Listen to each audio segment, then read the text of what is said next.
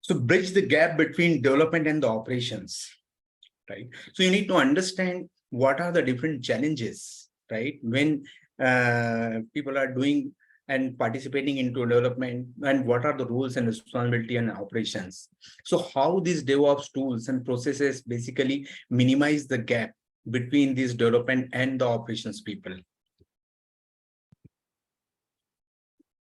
So the idea is you need to master the art of collaboration between the teams for seamless and efficient software deliveries, right? So that there is no such dependencies between this developer and the operations, so that you can minimize the time and unnecessary effort to resolving the issues and the problems. So you can subscribe our channel. You can follow us on the Instagram. Also, for more details, you can check the link given into a particularly in description. Thank you.